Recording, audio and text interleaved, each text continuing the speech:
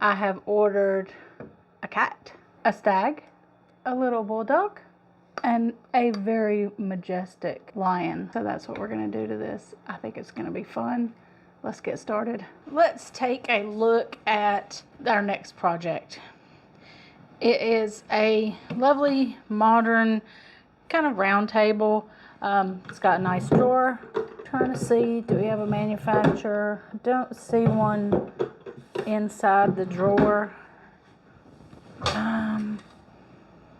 There was obviously a sticker in here. Somebody's ripped off and messed up the inside of the finish. Only has one door, so it's quite a heavy duty piece. The piece is in pretty good shape, clean but dusty, so we'll give it a good wash down and we'll get started. All right, we got this piece all cleaned up, and then I decided that I wanted the varnish off the top of this. And note that I said varnish rather than shellac, because this is not a shellac finish. It took a bit of trial and error before I figured it out, but this is a varnish and will only come off with acetone, and it goes really gummy. Not a pleasant thing to take off, but it has to be done.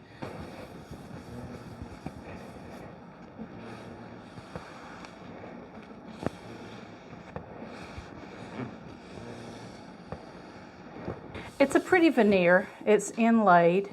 I did start stripping down the edges as well. I was going to expose them too, but this pretty veneer is sitting on top of a nice thick piece of MDF. But that's okay. I don't need that exposed to do what I want to do to this piece. I don't want to strip anymore, so I have covered the bottom with plastic whenever I was finishing my stripping job, just to get the edges without dripping acetone onto the body of it. I could have sanded this out, but I might have risked burning through this veneer, and I did not want to do that. So that's why we stripped it off, and then we'll go back and do a light sand, and that'll give us a nice clean surface to work with. I'm doing this by hand because I know that this veneer is going to be quite thin, and I don't want to burn through it with a sander.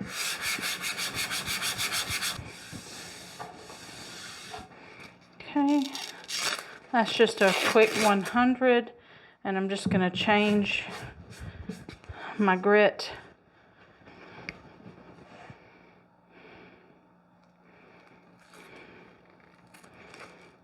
Put a 220 on here, and then it'll be ready to do the next step.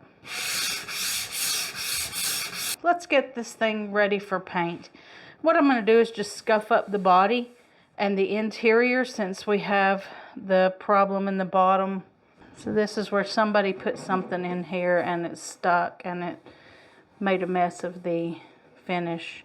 So I think we'll paint the interior of that as well. So I've just got a 100 sanding pad. And just want to go in here and take the shine off. Now that we have this piece all scuff sanded and wiped down, we've wiped all the dust off of it, what we need to do is we need to get a base color on it. We're going to do a blended finish on this and then some, but I need to get a base color on it first and let that dry, and then start putting the color on, and the other things we're going to do to it. This piece is going to be something else. So it's going to be something I've never done before, so you're going to want to watch this. The first thing that I've done is I've gotten a basic black. I prefer to use the color tricorn black, and it is a very, very dark black. It doesn't reflect light back. So it's a very dark black. But then I've gone a step further, because I think when I'm doing blended colors and mixing colors together, I quite prefer a chalk paint. So I just make it into chalk paint. I use calcium carbonate, which I get off of Amazon. I'll put a link in the description. I use 4 tablespoons of this per 8 ounces of paint. 2 tablespoons of water, give or take. These are not hard and fast rules on mixing your own chalk paint. That's just kind of the formula that I use. And then to get it to the consistency that I want, I may need to add a bit of water if it's too thick. This is also a great tool. It goes into your drill, so when you are mixing chalk paint, you do not wear out your arm stirring. Be sure to hold that cup tight when you are mixing it, and do not put that drill on full, because you'll do one of 2 things. Either your cup will come out of your hand and you'll end up with paint all over the room, or you will bust through the side of your little cup. And I order these cups off of Amazon because I mix paints all the time to get colors that I want, so they come in quite handy. And then I just rinse them out and reuse them until I usually put a hole in them at some point, and then they get to be thrown away or made into something else. But yeah, that's how I make my chalk paint. And then just get your spray bottle like you would any other chalk paint and just start painting away. Just gonna wet that brush because you never want to paint with a dry brush.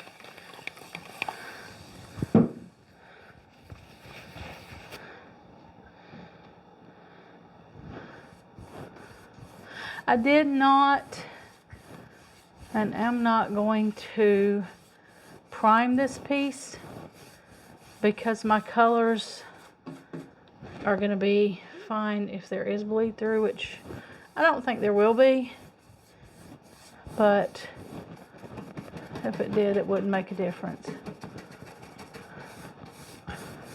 We're just putting this base on, and then we're going to come back and put more colors over this.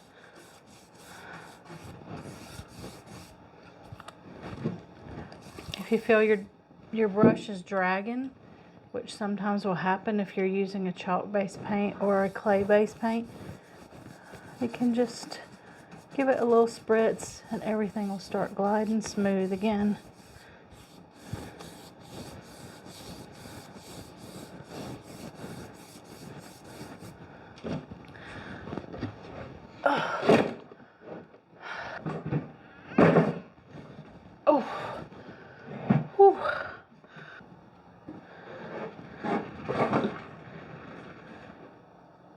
Now that we have that base painted, we've got 1 coat on it.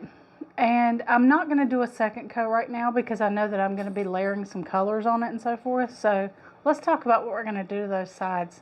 I feel the need to be a little bit creative with this one. So that's what we're going to do. I have ordered some decoupage papers. Let's take a look at them.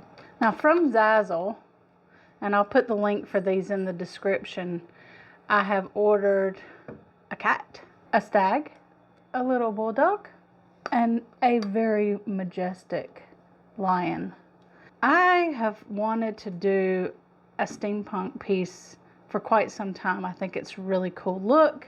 Now, first off, what we need to do is we need to be sure that we don't have any of these harsh lines when we do this.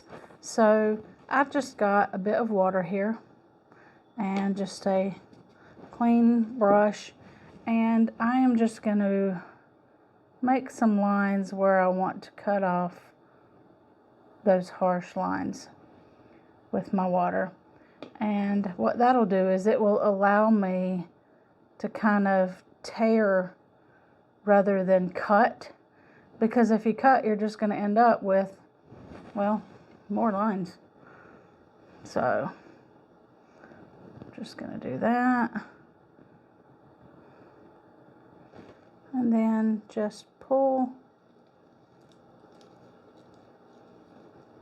and it will just come away and take off those harsh lines. Now I ordered these in a bit of a small size.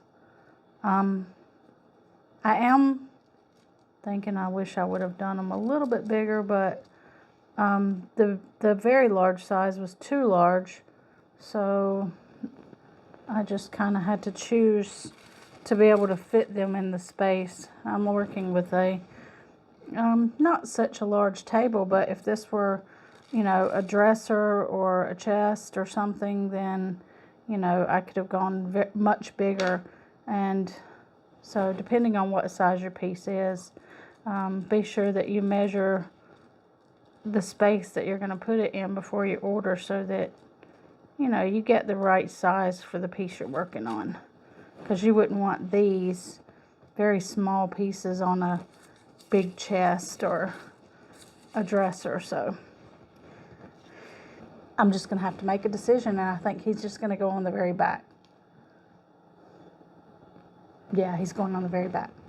Okay. And I'm just using just a flat top coat to do this.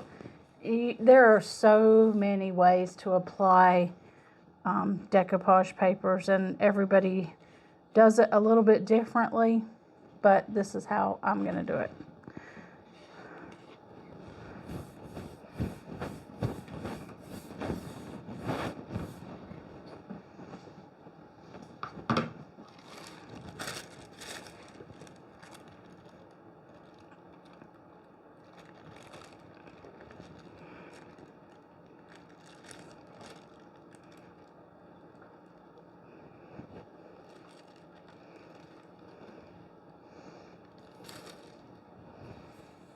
So I've just got a bit of plastic wrap, and I'm just going to make that into a little ball,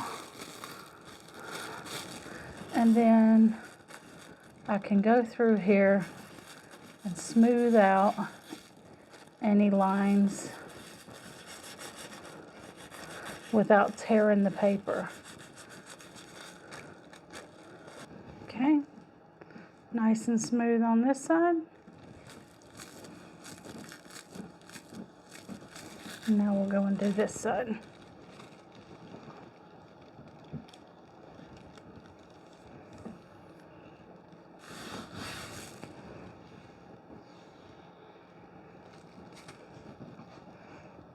I'm just going to take a little bit more of that top coat and put it over now. I think he looks very, very nice. Alright, the top coat will dry clear, and then we'll come back and we're going to blend in all these edges. Alright, let's move on to the next one. I'm going to do these and then we'll take a look at it when we're done. Okay, so we got all of the decoupage papers on. They're all dry. They look absolutely beautiful. These, I really like these. This one and the lion were from a different artist on Zazzle than this one and the cat. And these are lovely, and I absolutely love them. I adore these, but these blend in a bit better with the paint that I chose, or with the background of the paint. But what we can do is we can go through now and blend all of these edges in, and that's what we're going to work on today. I'm just going to give a little bit of sand to the edges on all the sides. Now this is just a 200 grit sanding pad. I ordered these off Amazon, and these are so great because they get into little areas. They're also great because you can, when you get them dirty or whatever, you can just put them under the sink, wash them out, put them up on your backsplash, let them dry. The next day they're good to go. You can reuse. These feel pretty smooth, but I just want to be sure if there's any little pieces that maybe weren't down, I'll find them this way. Okay, Everything's feeling pretty good. Just gonna wipe that down now.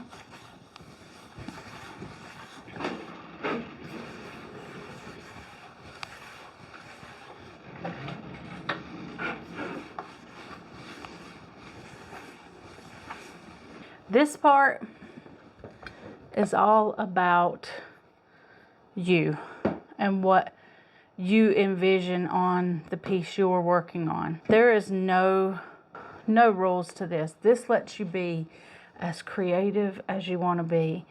And you could go in and you could highlight inside of your decoupage paper, or you can just blend the edges out and make that edge disappear and be done with this. You could put moldings around your paper to make it more like a frame. You can do anything. The sky is the limit when it comes to doing decoupage, and you can personalize it as much as you want to. Just let your imagination run wild. If you want all of them to have, you know, a blue highlight here like this one, you could go in and do that on top of that paper. It's not going to hurt a thing. And remember, it's just paint. If you don't like it, paint over it. Now I'm just putting on some colors onto just a, you know, a plastic plate. And then I'm just going to go through, mix them together, make the colors I want. Yeah, I'm using red too. Remember your color wheel. So take that red, green, yellow, blue, and you can make any color you want. So always keep a little bit of those colors around, and if you need to tint a color one way or the other, just look at your color wheel and you know, you can figure out how to tint paint. There are tons of videos on it, but that's how I do, you know, paint blending and paint coloring. So just, you know, don't hesitate to blend colors. Okay, what we're going to do up here is we're just going to kind of just blend in these colors and just make it look like it's just kind of fading into a picture, or the picture's just fading out. So got a little bit of gold on my finger. Just going to put it through here.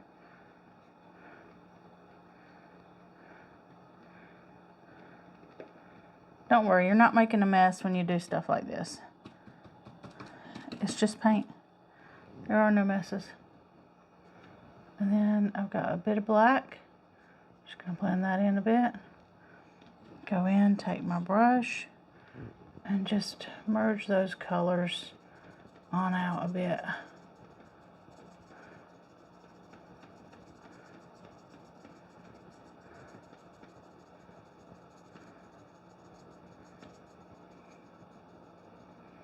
And then we're going to bring them on into the photo as well.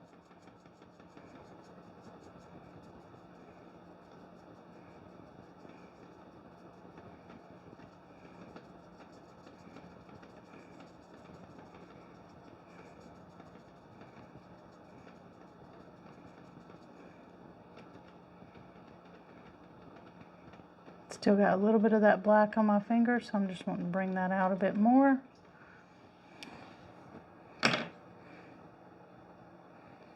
And then I've got a tiny little detail brush. I'm just going to bring some of that black back.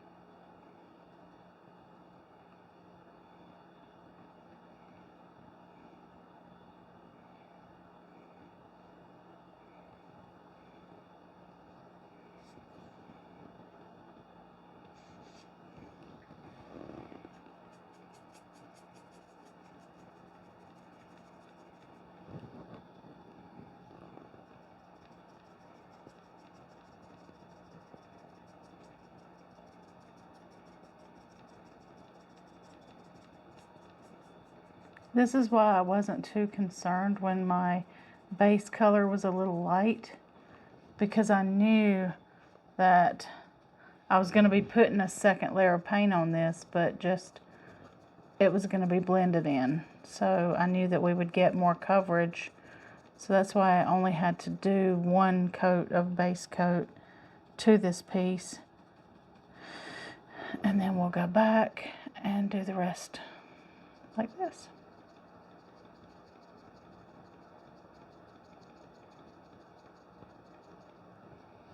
This is my original base color. It will dry darker.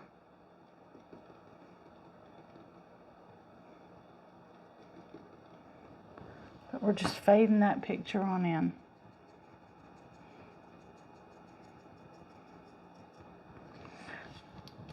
Now down here towards the shoulder, I've actually brought that base color into the picture more. Into here even. And then just kind of tapped and blended it in. And then that way he just fades away. Just have a couple of different size brushes and, you know, get your fingers dirty. Get in here. It's fun to blend these colors in and just see how you can make that all fade away. I'm going to keep going with this, and if we're lucky, Alex will do us a bit of a, you know, a time lapse, and you can kind of see a bit more of the blending process. I know he likes to keep them short, but this is kind of fun to watch, so we'll see what he does with it.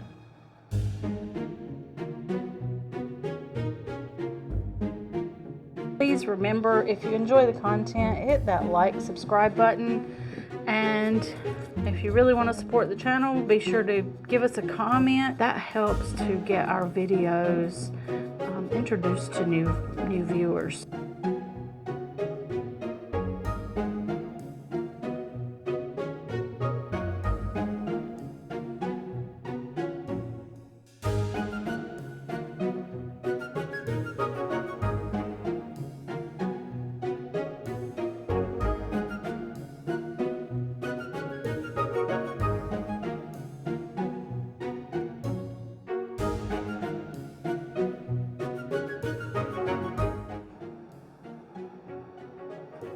I'm trying to film and you're not really contributing to this video. Okay, now that we have the table all painted and blended in, now we need to do the top drawer, because I couldn't find a decoupage pattern that I liked well enough to use on the top drawer, and there was really no way to cut these to make it look right and get it to fit on the top drawer and the center door piece. So what I did is I took some molds and made a bunch of little pipes, gears, things like that are quite industrial looking, steampunk, and that will go well with what's in the decoupage pictures. So I think I can marry these together and make them work. I did these out of paper clay, and if you freeze them, put the paper clay in the mold, put them in the freezer, let them freeze, take them out, and then let them dry on the piece. If it's curved, if it's flat, just let them dry flat. You get so much more definition out of them than you would if you just paper clay and then put them out. I've even got some print on them here. You can see that there's like cast iron plumbing would have. It's got print on it, but you know, all the little pieces came out on the gears really nice and sharp. But just freeze those molds and it works really well. Now what we've got to do is blend these in and make them match the piece. So we've got our black paint back out. I'm going to use a base coat of that. I've got Kupo, who really wants to help with this project. Really wants to help. Got all of that painted, and now we're just going to let that dry, and then we'll start layering the other colors that we're going to use on it. So we'll just come back to this in just a bit. What we're trying to kind of blend into is going to be the lion. So because the top door is going to be over the lion's face, so we want to kind of match the colors that are in here. So that's what we're going to do right now with these pipes. So it doesn't have to be an exact match, it just has to complement. So we're not going to get too stressed about it. We're just going to start playing about. So let's do this. All right, I'm going to take that chocolate brown and just start kind of pouncing it in there a little bit. Remember, it's just paint. So if you do something and you think, oh, I wish I wouldn't have done that, it's just paint. You can go back and fix it. There's no reason to get intimidated or, you know, upset or stressed about it, because it's just paint. We don't want to cover up all of that black because we want some of it coming through. When things start drying, you can kind of get a better feel for how your colors are doing. And then you may go back and paint over just because you think, oh, there's too much of this color or too little of that color. So, oh yeah, there we go. Oh, that's cool. I just love doing this. It's so much fun. You can just be so creative and just throw so many colors in there. We've gone back to a dry brush a bit, and we're just kind of adding that into where we put all the brown over the black. And this piece now just pops. Oh my goodness, that really did make the difference. All right, we're going to let these dry, and then we will top coat this and take a good look at it all. If you remember, we sent the top out to Alex, and he used the Creality Falcon 2 22 watt diode laser, and he cut us the design in the top, and it looks amazing. Okay, so we got the drum table all finished. Let's take a look at what it looked like before. And now let's look at it after. It looks stunning. I mean, I am over the moon with this one. I know I say that about every piece, but I really like this piece. It's something that I've not done that I wanted to do, and I think it came out beautifully. Let's take a look at some of the details closely. We've done all the moldings in paper clay and then painted them to look like they were metal, and just done a lot of detail work and layering of color to get that to look like metal.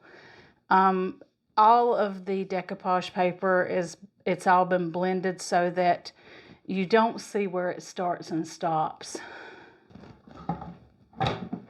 Inside, we've painted it black to carry through, and I think that looks lovely. This would be a great end table, nightstand, possibly even a cabinet for wine or alcoholic beverages. I love the little dog. I think he's very cute. And I don't know why, but I quite like the Stag. I think it's almost my favorite.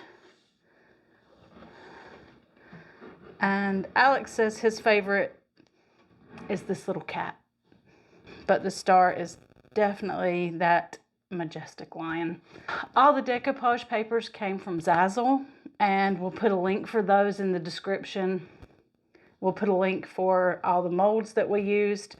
And remember, if you click on those links, we get a small percentage. It costs you no more, but it does help to support the channel. So if it's something you're interested in, take a look.